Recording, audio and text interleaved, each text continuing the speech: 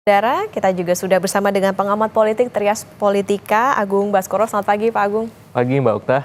Pak Agung, menarik melihat bagaimana pada akhirnya pagi hari ini di Jakarta ada Rano Karno dan juga Pramono Anung begitu yang akan mendaftar. Ini artinya kan juga kemarin sempat ramai diusung katanya PDIP ini Anies Rano, tapi sekarang pada akhirnya yang berangkat ini Pramono dan juga Rano Karno. Ya. Bagaimana Anda melihat ini? Iya, di timeline sosial media kita bahkan di perbincangan publik banyak pihak menunggu, bahkan teman-teman media sudah sejak kemarin ya ngantri di masa pengumuman 6 calon gubernur, wakil gubernur PDIP. Cuman sayangnya memang untuk Jakarta ini ditunda bersama beberapa daerah yang lain. Nah, kejutan itu yang saya kira akhirnya mengemuka sekarang, dan sedikit banyak di timeline kita sudah ada informasi bocoran, dan itu saya lihat menjadi dalam tanda petik agak anti klimaks karena yang mendaftarkan ini Pramono dan Rano. Karena publik saya lihat aspirasinya kalau tidak Anies, Ahok seperti itu, karena memang punya daya elektoral yang lebih kuat ketimbang Pramono gitu. Nah, kalaupun memang tidak Anies Ahok, saya masih berpikiran Rano Pramono misalkan, itu kan menarik karena memang jadi dibalik ya Pak? Iya, karena memang Mas Rano ini punya pengalaman panjang sebagai kepala daerah. Sebaliknya Mas Pram ini sedikit banyak fokus di internal PDIP sebagai sekjen, ataupun beliau menteri sekretaris kabinet dalam tanda petik di eksekutif yang memang levelnya nasional. Nah, pengalaman sebagai kepala daerah beliau belum tentu solid sehingga butuh waktu, padahal masa kampanye di pilkada ini kan pendek, hanya efektifnya 3 bulan seperti itu. Jadi kalau dipaksa berhadapan dengan RK Suswono yang dalam tanda petik RK-nya sudah malang melintang sebagai kepala daerah mulai dari wali kota Bandung, gubernur Jawa Barat, dan sekarang mencoba di Jakarta, saya kira pertarungannya menjadi kurang menarik ya, dan kurang kompetitif gitu, karena memang lebih banyak titik tekannya nanti di PDIP untuk berjuang keras untuk memastikan basis-basis loyal mereka bertambah dengan basis-basis baru yang selama ini menjadi captive marketnya PKS. Ya, saya sering menyatakan bahwa Jakarta Timur, Jakarta Pusat, Jakarta Selatan itu basis loyal PKS. Walaupun tetap ada irisan dengan PDIP, tapi karena PDIP-nya di sini sama-sama kader, otomatis ceruk pemilih ini tidak meluas. Ya, stuck ataupun stagnan kalau memang tidak ada inovasi-inovasi politik yang bisa dikapitalisasi dari dua figur Pramono dan Rano seperti itu. Karena ini pertarungan pilkada, ujungnya di kandidat, partai hanya mengantarkan saja, memberikan tiket, setelah itu kandidatnya yang akan bermanuver, berinovasi, dan melakukan kampanye-kampanye persuasif sehingga bisa menarik pemilih seperti itu. Oke, baik. Pak Agung, kita tahan dulu, ini kita melihat dulu bagaimana situasi terkini di Jawa Timur. Ini ada Khofifah Indar Parawansa dan juga Emil Dardak.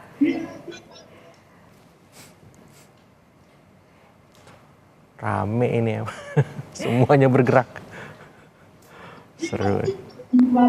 Jawab.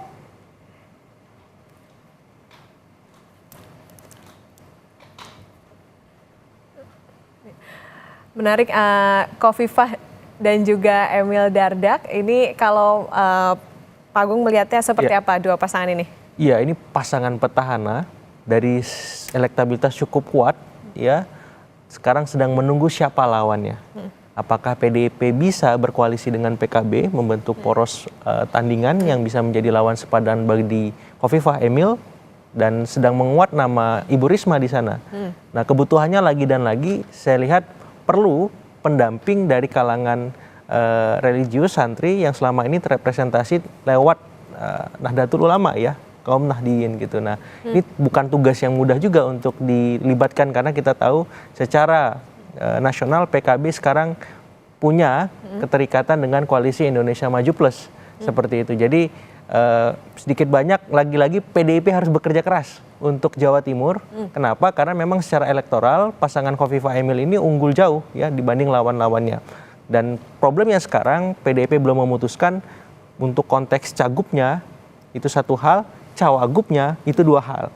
Nah, kocok ulangnya nggak banyak waktunya, tinggal tersisa besok seperti itu. Nah, jadi saya lihat memang untuk menghadirkan lawan yang sepadan bagi Khofifah Emil, mau tidak mau selain Ibu Risma, saya kira perlu dipikirkan siapa wakil yang pas untuk memastikan pertarungan di Jawa Timur kompetitif. Jangan sampai ya dalam tanda petik ya di Jakarta kemudian ada nama Mas Pram, kemudian Mas Rano yang belum terlalu solid untuk menghadapi RK Suswono. Kemudian di Jawa Tengah ada nama Pak Andika, kemudian Pak Hendra melawan Ahmad Lutfi dan Taj Yassin yang juga secara elektabilitas lebih solid ya.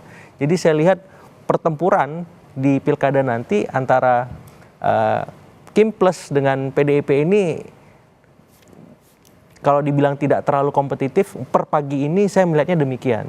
Tapi ini bukan hal yang permanen, sangat dinamis, tergantung bagaimana kader-kader PDIP di bawah bisa mengaktifasi seluruh mesin-mesin politiknya sehingga bisa memastikan bahwa kemungkinan mereka menang lebih besar ketimbang kalahnya. Seperti itu. Seberapa berat sebetulnya yang harus dihadapi PDIP apalagi karena kalau kita Kim Plus ini kan koalisinya lumayan gendut lah gitu. Persis. Apa amunisi yang harus disiapkan PDIP termasuk juga tadi tidak hanya di Jawa Timur misalnya tapi juga di Jakarta? Ya, pertama memang yang paling penting mengoptimalisasi magnet figur kandidatnya, personal brandingnya.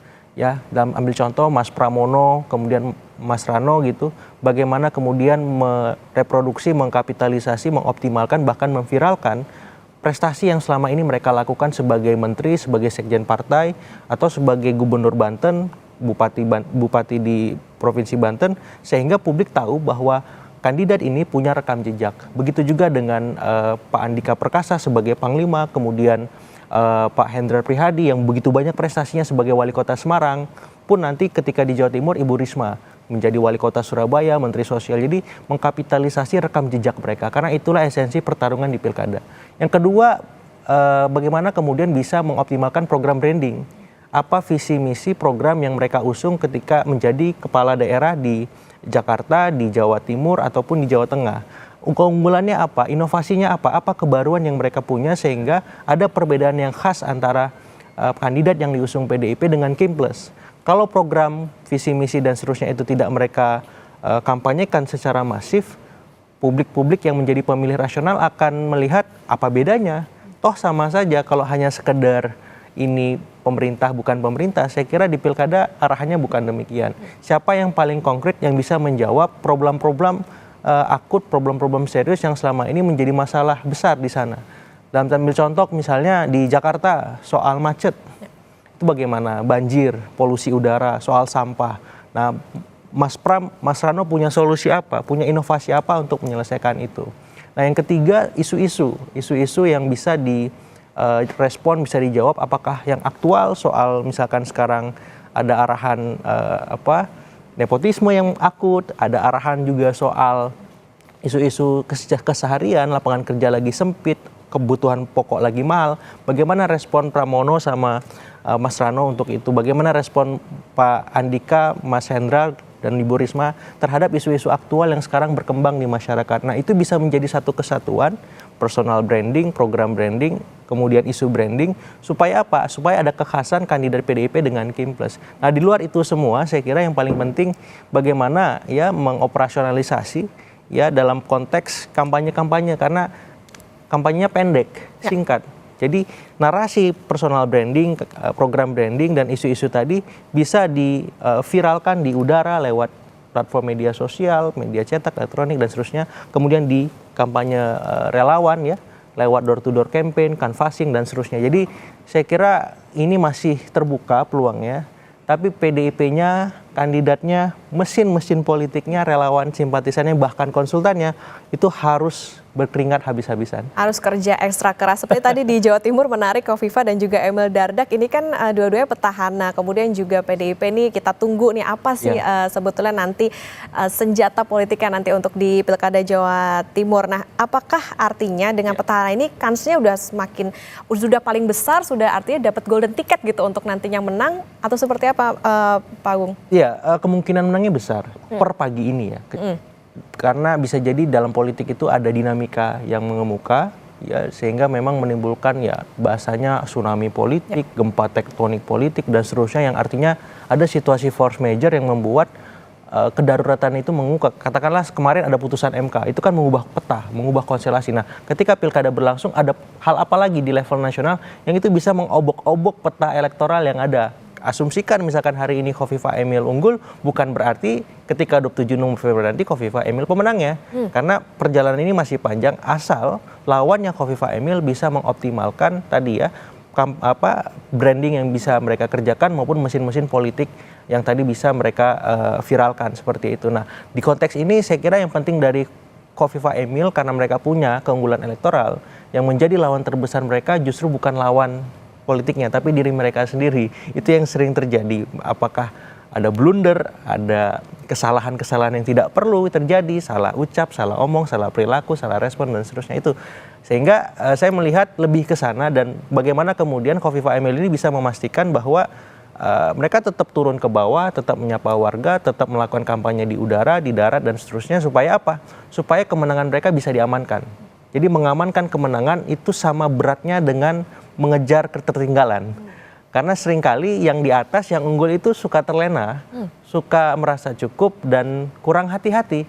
Nah seringkali kalau kita melakukan pendampingan di bawah bersama kandidat, saya mengingatkan bahwa yang paling utama kewaspadaan, mawas diri, jangan sampai ketika kita unggul, kemudian kita tidak melakukan kerja yang lebih ekstra ataupun tidak hati-hati lagi.